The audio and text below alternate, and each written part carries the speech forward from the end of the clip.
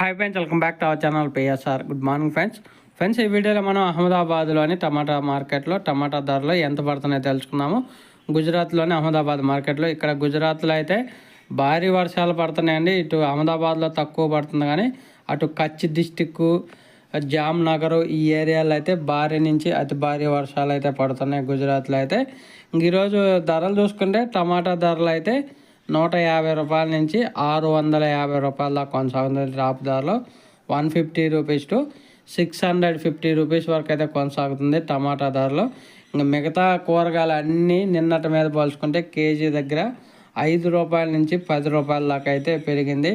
బెండకాయ 50 రూపాయలు, దొండకాయ 80 రూపాయలు, బీన్స్ 120 రూపాయలు, అన్ని కూరగాయలు అయితే ధరలు అనేది పెరిగాయి, ఒక టమాటా తప్పనిచ్చి.